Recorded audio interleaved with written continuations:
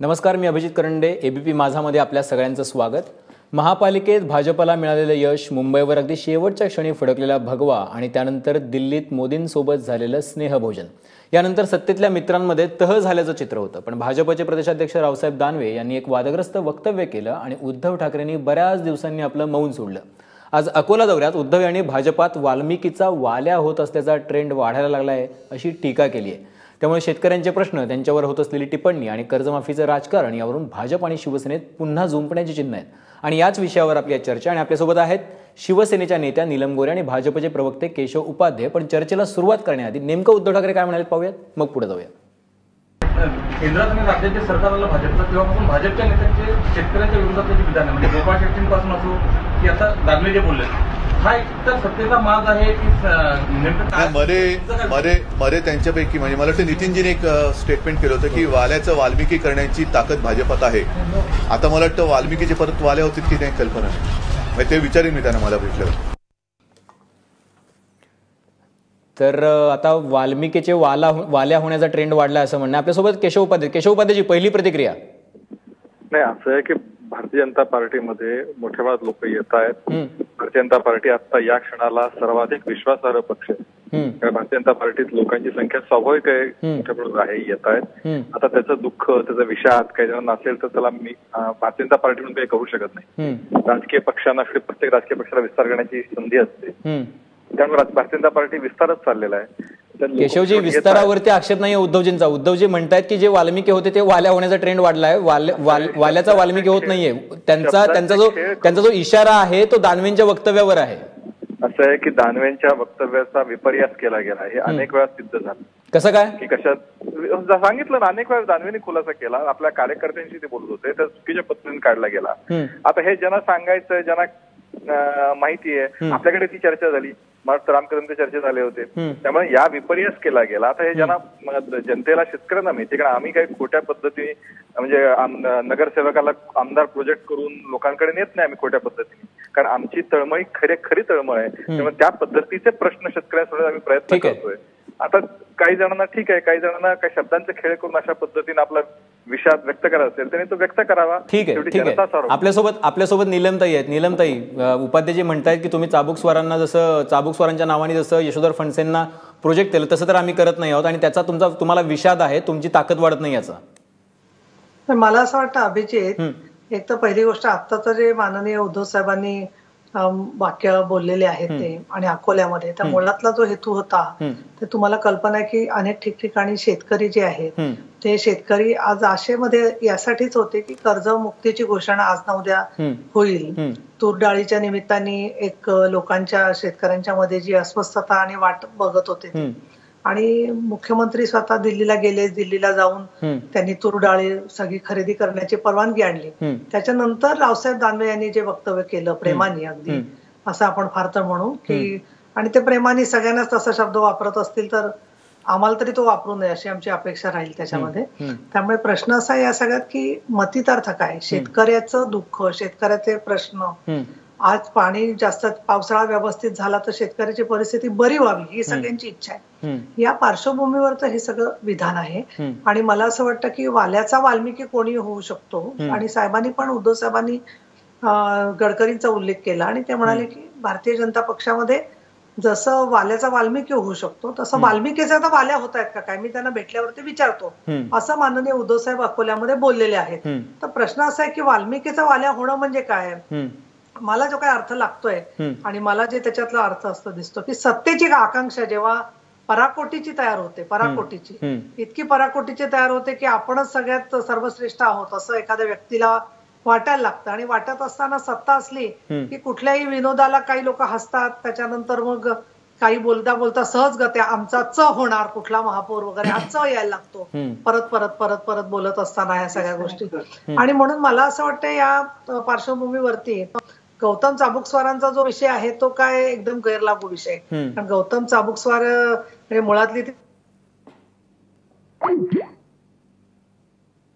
नाही, शिवसेना नेत्या नीलम गोऱ्हेंचा आवाज आपल्यासोबत येत नाही. आपण त्यांना लगेच तांत्रिक काहीतरी बिघाड आहे तो दुरुस्त करून आपल्यासोबत असतील. पण उपाध्येजी, मुद्दा असा आहे की नीलमताई म्हणतायत की तो शेतकऱ्यांबद्दलचा विषय होता आणि आत्ताची जी अवस्था आहे ती तुम्हाला सर्वशक्तिमान असल्याचा भास झाल्यामुळे ही वक्तव्य होत आहेत, असं आहे का? असं सर्वशक्तिमान असल्याचा भास भारतीय जनता पार्टीला अजिबात नाही. किंबहुना या राज्यातील जनता भारतीय जनता पार्टीवर जो विश्वास टाकतीये तो भारतीय जनता पार्टीच्या नेतृत्वाने अत्यंत विनयाने तो स्वीकारला आहे आणि जबाबदारीचं पूर्ण भान आहे. आणि म्हणून शेतकऱ्यांविषयी बोलायचं झालं तर गेल्या 2 वर्षामध्ये 2-2.5 वर्षात जलशिवारमधून जो परिवर्तन घडलंय, 11-12 हजार गावात ऑलरेडी पाण्याची पातळी वाढली, यावर्षी 5,000 गावं आहेत आणि शेतकऱ्यांचा मूलभूत विकास व्हावा, शेतकऱ्यांच्या कर्जमाफी सुद्धा सरकार सांगली त्याबद्दल आम्ही सकारात्मक आहोत, निर्णय आम्ही करणार आहोत. पण मुळात शेतीत गुंतवणूक करावी, केवळ घोषणा करून केवळ काहीतरी त्यांना थातूर मातूर सांगून शेतकऱ्यांचा विकास होणार नाही, तर त्यांच्या जीवनात मूलभूत बदल घडला पाहिजे. त्यासाठी हे सरकार प्रयत्नशील करते आणि याची जाणीव शेतकऱ्यांना आहे आणि म्हणून ग्रामीण भागामध्ये भारतीय जनता पार्टीला गेल्या निवडणुकीमध्ये पण तुम्ही ज्या जलयुक्तचा आता उल्लेख केलात केशवजी, त्याच्यावरती पण उद्धव ठाकरे असं म्हणाले की जलयुक्त शिवारमध्ये ज्या पद्धतीचे घोटाळे चालू आहेत, मग सिंचन घोटाळा आणि जलयुक्तच्या घोटाळ्यामध्ये फरक काय आहे? आता सिंचन आणि जलशिवार यातला फरक जर माहिती नसेल तर म्हणजे मला फार बोलणं चुकीचं होईल. त्यांनी घोटाळ्याबद्दल म्हटलंय, त्यांनी योजनेबद्दल नाही म्हटलं. मी येतो मग पोलकर सारखं विधान वाटतंय की याचं उपाध्यांचं विधान जे आहे ते नाही ठीक आहे. काय बोलताय काय तुम्ही? उद्धव साहेबांना सिंचन घोटाळा आणि जलयुक्त शिवार यातला फरक कळत नाही हे म्हणणं म्हणजे खूपच उर्मटपणा झाला जो आहे तो. काय बोललाय? ऐकून घ्या माझं वाक्य. त्याच्यामध्ये काय ऐकून घ्या? हे पण भ्रष्टाचाराची पद्धत असते बरं का, चिक्कीची पद्धत वेगळी, याची पद्धत वेगळी, शेवटी कुठलं डिपार्टमेंट वेगवेगळी आहे हे अगदी म्हणजे 1 वर्ष आमदार झालेल्या माणसाला पण सांगता येऊ शकतं. पण त्याच्यामुळे उगाचच काहीतरी वेळ मारून द्यायचा प्रयत्न शोभत नाही, अजिबात शोभत नाही. काय बोलले उद्धव साहेब? उद्धव साहेब असं म्हणाले की जलयुक्त शिवारच्या मध्ये घोटाळे झाले असतील तर आम्ही त्यातले घोटाळे करणारे लोक शोधून काढू आणि मग सिंचन घोटाळ्याच्या संदर्भात त्यांनी संदर्भ दिला. 2 विषय जे आहेत ते वेगळे असले तरी सुद्धा भ्रष्टाचाराचा विषय जो आहे तो विषय तेवढाच सुप्रशासनाच्या महत्त्वाचा आहे. नाही, माझं झालं नाहीये म्हणून थांबा. केशवजी मी येतो तुमच्याकडे. एकदा नीलमताईंना पूर्ण करू द्या, मी येतो तुमच्याकडे. केशवजी नीलमताईंना पूर्ण करू द्या, तुमचं उत्तर पूर्ण घेतो मी. स्वतःला कळतंय का? केशवजी, वाद असा आहे केशवजी, तुम्ही जे म्हणताय किंवा नीलमताई जे बोलताय ते कुणालाच महाराष्ट्राला ऐकू जाणार नाही, असं जर आपण वाद घालत राहिलो तर त्याच्यामुळे ठीक आहे. केशवजी 2 केशवजी शांत व्हा, मी तुमच्याकडेच येतोय. केशवजी, उद्धव ठाकरे जे म्हणाले ते घोटाळ्यांबद्दल म्हणाले, ते योजनेबद्दल नाही म्हणाले. त्या दोन्ही असे अभिजित, एवढी मोठी आज महाराष्ट्रामध्ये 11-12 हजार गावांमध्ये ही योजना राबवली जाते. एखाद्या ठिकाणी जर भ्रष्टाचार झाला तर त्याची चौकशी केली जाईल. ऑलरेडी त्याबाबत म्हणजे अगदी ज्या घटनेबाबत उल्लेख केला गेला रत्नागिरीच्या बाबतीमध्ये, त्या घटनेबाबत सुद्धा राम शिंदेने ऑलरेडी आमचे त्या खात्याचे मंत्री आहेत, त्यांनी ऑलरेडी चौकशी आदेश दिले. एखाद्या घटनेवरून अख्ख्या योजनेला बदनाम करणं हे चुकीच होईल, सगळ्यात पहिला मुद्दा. दुसरा मुद्दा, खरं म्हणजे जर मग काढायचं म्हणजे आता त्या जलशिवारची थोडी अधिक माहिती पण घेतली पाहिजे. कुठल्या कुठल्या टप्प्यावरती कोण कोण असतं, या जलशिवारचं सगळं हे जे असतं त्यामध्ये त्या स्थानिक आमदाराचा सहभाग असतो आणि पालकमंत्र्याचा सहभाग असतो. पालकमंत्री ते सगळं मॉनिटर करत असतो. मग आता रोख कुणाकडे, म्हणजे मग रत्नागिरीचे पालकमंत्री कमी पडले सगळं मॉनिटर करण्यामध्ये, असं म्हणायचंय का? त्यामुळे मी समजू शकतो, मी त्याच्या पुढे मी दोष देत नाही पालकमंत्र्यांना. जर एखाद्या ठिकाणी अशा प्रकारे जर घोटाळा असेल तर त्याची चौकशी झाली पाहिजे, पण त्याच्यावरून अख्खी योजना पूर्ण ठिकाणी ती बदनाम करणं योग्य नाही. ठीक आहे केशवजी, तुमचा मुद्दा पूर्ण झालेला आहे. पण तुम्हाला मी मगाशी पण प्रश्न विचारला. नीलमताई म्हणाले की तुम्हाला सर्वशक्तिमान असल्याचा भास झालेला आहे भाजपला, त्याच्यामुळे अशी वक्तव्य दानवेंसारखे नेते करतायत. मी सांगितलं ना, मी मगाशी उल्लेख केला की महाराष्ट्रातील जनता ज्या पद्धतीने भारतीय जनता पार्टीवरती विश्वास टाकते गेले 2-2.5 वर्ष सातत्याने प्रत्येक निवडणुकामध्ये, तो विश्वास भारतीय जनता पार्टी पूर्ण विनयाने स्वीकारलेला आहे आणि भारतीय जनता पार्टीला आपल्यावरती लोकांनी जी जबाबदारी टाकली आहे त्या जबाबदारीचं पूर्ण भान आहे आणि त्या अपेक्षा विनयाने स्वीकारल्यामुळे अशी वक्तव्य होतात असं तुम्हाला म्हणायचंय का? पुन्हा नाही असं आहे की हे बघा, चुकीच्या पद्धतीने जर विपर्यास लावून विधान काढायचं असेल तर अनेक विधानांचा अर्थ त्याचं काढता येईल.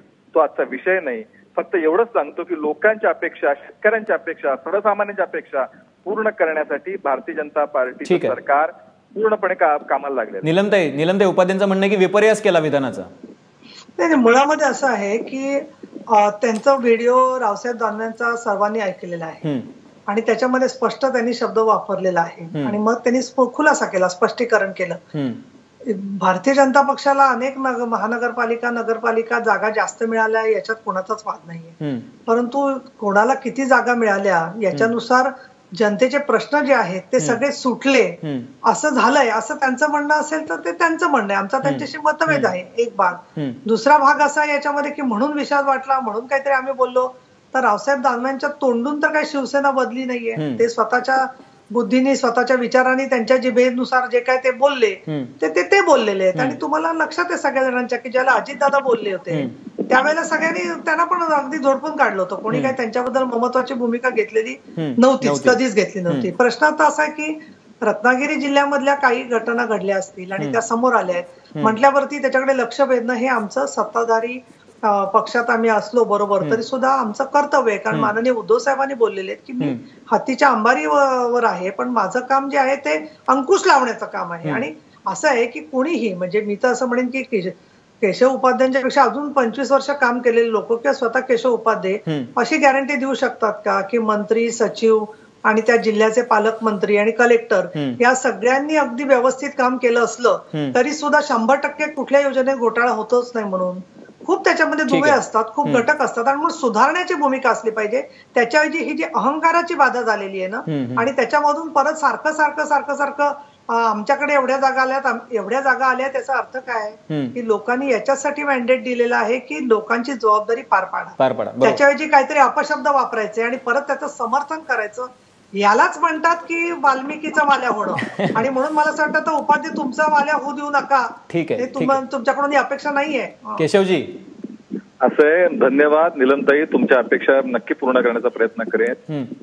असं आहे की मुळामध्ये पुन्हा एकदा आपण वडाची साल पिंपळाला लावण्याचा जो प्रकार असतो तो हा प्रकार आहे. मी माझ्या पूर्ण पहिल्या विवेचनामध्ये सांगितलं की जर एखादा घोटाळा असा झाला असेल तर त्या घोटाळ्यावरून अख्खी योजना 11.5 केशवजी तो मुद्दा नाहीये. मुद्दा ऐका ना केशवजी, तो मुद्दा तो असं ना केशवजी याच्याबद्दल बोलून झालेलं आहे. याच्याबद्दल तुम्ही वेळ वाया जाणार आहे याच्यामध्ये बोलून. तुम्ही तुमची भूमिका पूर्णपणे मांडलेली आहे. मुद्दा असा आहे अहो केशवजी असं आहे ना की तुम्ही नाही केशवजी मुद्दा नाही केशवजी तुम्ही ऐकून घेणार आहात का? केशवजी ऐकून घेणार आहात का? मोदींसारखं मला म्हणावं लागेल की मला बोलू देत नाही तिथं कार्यक्रमात पण असं नका करू ना केशवजी. मुद्दा असा आहे की मुख्यमंत्री का बोलत नाहीयेत हा मुद्दा आहे. जर विपर्यास झालाय वक्तव्याचा तर दानवेंच्या वक्तव्यावर मुख्यमंत्री का बोलत नाहीयेत?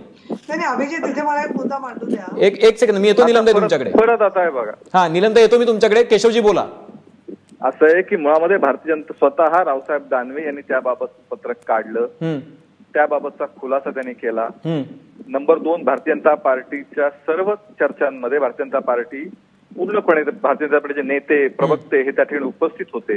त्यामुळे या ठिकाणी काहीतरी कुणी अमुक एकाने बोललं म्हणजे भारतीय जनता म्हणजे मुख्यमंत्री योग्य त्यावेळी ज्यावेळी आता त्या विषयातला असेल त्या बोलतील सुद्धा. आज लगेच मुख्यमंत्री बोलले नाही म्हणजे असं काहीतरी वेगळा असा अर्थ काढणं काही चुकीचं मला असं वाटतं. ठीक आहे केशवजी, मला एक छोटासा प्रश्न अजून एक विचारायचा आहे. महाराष्ट्रातल्या शेतकऱ्यांनी इतका मोठा आक्रोश केल्यानंतर दानवेंच्या वक्तव्यावरून महाराष्ट्रभर गदारोळ झाल्यानंतर सुद्धा इतका सेन्सिटिव्ह मुद्दा असताना सुद्धा अजूनही तुम्हाला असं वाटत नाही की मुख्यमंत्र्यांनी याच्याबद्दल बोललं पाहिजे? मुळात असं आहे की काही राजकीय पक्षांनी त्याचा विपर्यास करण्याचा प्रयत्न केला आणि हे शेतकऱ्यांना सुद्धा माहिती आहे की मुळामध्ये भारतीय जनता पार्टीच्या विस्तार योजनेच्या बैठकीमध्ये तो शब्द ती चालू होती. हा शेतकऱ्यांना शब्द वापरलेला नव्हता. हे वारंवार अनेक वेळा स्पष्ट झाले. कार्यकर्ता शेतकरी नसतो का असं घरामध्ये नाही आता मी त्यातले आता अभिजित मी जर शब्द काढायचे झाले कोकणापासून अनेक ठिकाणचे शब्द काढतो की कशा पद्धतीने आपण ती शब्द बोलतो. म्हणजे ती काढायची असेल चर्चा तुम्ही वाढवणार असेल सांगा, मी आणखी 10 शब्दाच्या. बरं केशवजी जसं विरोधकांनी विपर्यास केला तसा शिवसेनेच्या कार्याध्यक्षांनी पण पक्षप्रमुखांनी पण विपर्यास केला असं तुम्हाला म्हणायचंय? आता शिवसेना स्वतंत्र वेगळा पक्ष आहे. त्यांनी काय करावं काय बोलावं हा त्यांचा प्रश्न आहे. भारतीय जनता आमचा कमिटमेंट लोकांशी आहे. लोकांमध्ये आम्ही जातो आहोत लोकांमध्ये. ठीक आहे निलमताई. नाही मला स्वतःला असं वाटतं याच्यामध्ये आम्ही ज्या वेळेला एखादी गोष्ट देवेंद्रजींची पटली नाही तर सामनामध्ये त्याच्यावरती सुद्धा मांडलेलं असतं. एक दुसरं असं, परंतु शेतकऱ्यांच्या प्रश्नावर कर्जमुक्तीच्या साठी म्हणून स्वतः या सगळ्यांना घेऊन मुख्यमंत्री आमच्या मंत्री महोदयांना घेऊन गेले दिल्लीला, तिथे जाऊन बोलून आले. त्याच्यानंतर तुरीच्या डाळीवरून प्रश्न सुरू झाला, ज्यूटच्या बॅगा उपलब्ध नाहीयेत. हाच एक्झॅक्टली विषय धानाच्या प्रश्नावरती नागपूर अधिवेशनात झाला होता आणि त्यावेळेला बॅगा उपलब्ध नसल्यामुळे, थैल्या उपलब्ध नसल्यामुळे धानाची खरेदी थांबवायला लागली होती. बऱ्याच वृत्तपत्रांनी कव्हर केलं होतं. आता परत एप्रिलमध्ये तोच प्रकार आणि मग 22 तारखे त्याच्यावर सविस्तर विवेचन केलं स्वतः मुख्यमंत्री महोदयांनी. आता प्रश्न असा आहे, मुख्यमंत्री महोदयांनी हे केल्यावर त्याच्यानंतर परत रावसाहेब दानवे हे जे बोलतात ना, त्याच्यामुळे ते मुख्यमंत्र्यांच्या कामावर बोळा फिरवतात असं माझं मत आहे. याच्यामध्ये गोळा फिरवतात, त्यांचीच म्हणजे स्पर्धा आहे की नाही ते देवाला माहिती, ब्रह्मदेवाला. मला त्याच्यात बोलायचं नाही. ठीक आहे, मग हाच एक शेवटचा प्रश्न विचारूयात नीलमताई यांना. नीलमताई, हाच एक शेवटचा प्रश्न विचारूयात की रावसाहेब दानवे मुख्यमंत्र्यांवर कुरघोडी करण्याच्या प्रयत्नामध्येच त्यांच्या तोंडून ह्या सगळ्या गोष्टी गेलेल्या आहेत. यालाच म्हणतात वाल्मिकीचा वाल्यावर. ठीक आहे, केशव उपाध्यायजी, ही काही अंतर्गत स्पर्धा आहे त्याच्यामुळे असं होत आहे? असं 40 आमदारापैकी 27 आमदार शिवसंपर्क अभियानाला जात नाहीत. आता शिवसेनेची शिस्त कुठे गेली याची चिंता अधिक याची चिंता अधिक करावी नीलमताईंनी. भारतीय जनता पार्टीमध्ये अशा कुठल्याही वेळ संपत आलाय. केशव उपाध्यायजी, तुम्हाला जो प्रश्न विचारला एक्झॅक्ट तुम्ही त्याचं उत्तर नाही, तुम्ही दुसऱ्या मुद्द्याला हात घातलेला. केशवजी, इतर पक्षाची बातमी पसरवू नका. 2-4 लोकांना मी कशाला पसरू जे सगळीकडे काय बोलताय? चला तुम्ही एक आमदार तरी फोडून दाखवा, चॅलेंज देते तुम्हाला. उगाच आमच्या आमदारांच्या निष्ठेवरती शंका उपलब्ध करून स्वतःचा त्याच्यामध्ये काय त्याच्यामध्ये आहे, काय बोलताय तुम्ही? ठीक आहे, मी नीलमताई आणि केशवजी, मी तुम्हाला दोघांना विनंती करतो की कार्यक्रमाची वेळ संपत आलेली आहे. मी तुम्हाला विनंती करतो दोघांनाही, केशवजी, नीलमताईंनी जो मुद्दा उपस्थित केला त्याला तुम्ही उत्तर देणार आहात का? नीलमताई म्हणतात की अंतर्गत स्पर्धा आहे, कारण मला कार्यक्रम संपवायचा आहे. त्याची दोन्ही वाक्य दिली की मुळामध्ये भारतीय जनता पार्टीमध्ये उलट दोघे एकमेकांना पूरक पद्धतीने काम करतायत आणि मुख्यमंत्र्यांना हे ऐकून हसू येईल खरं तर, केशवजी, पूरक काम करतात असं ऐकलं तर. इतरांवर टीका निलमताईंनी करण्यापेक्षा आपल्या पक्षातल्या त्या आमदारांच्या त्या बातमीबद्दल चिंता अधिक करावी, एवढंच माझं त्यांना म्हणणं आहे. ती बातमी सोडलेली आहे तुमच्या पिल्लांनी. आमच्या कशाला सोडू, आम्ही कशाला सोडू, आम्ही कशाला सोडू? नगरसेवक आमदार म्हणून जातात, असं कसं चालेल मला? ठीक आहे, दोन नीलमताई आणि केशवजी, वेळ कार्यक्रमाची संपत आलेली आहे. वेळ थोडा होता आपल्याकडे, मात्र तुम्ही या दोन्ही पक्षांच्या नेत्यांनी आपापले मुद्दे मांडलेले आहेत. नीलमताईंनी अतिशय महत्त्वाचा मुद्दा किंवा किंबहुना एक संशय निर्माण केलेला आहे इथे की ज्या पद्धतीचं काम मुख्यमंत्री करतायत, लोकांमध्ये जात आहेत, लोकांना कन्व्हिन्स करतायत आणि त्याच कामावरती बोळा फिरवण्याचा प्रयत्न रावसाहेब दानवेंकडून होतोय का, अशी शंका उपस्थित करून एका नव्या चर्चेला तोंड फोडलंय. आपल्या दोन्ही मान्यवरांनी चर्चेत वेळ दिला त्याबद्दल धन्यवाद. तुम्ही पाहत रहा एबीपी माझा.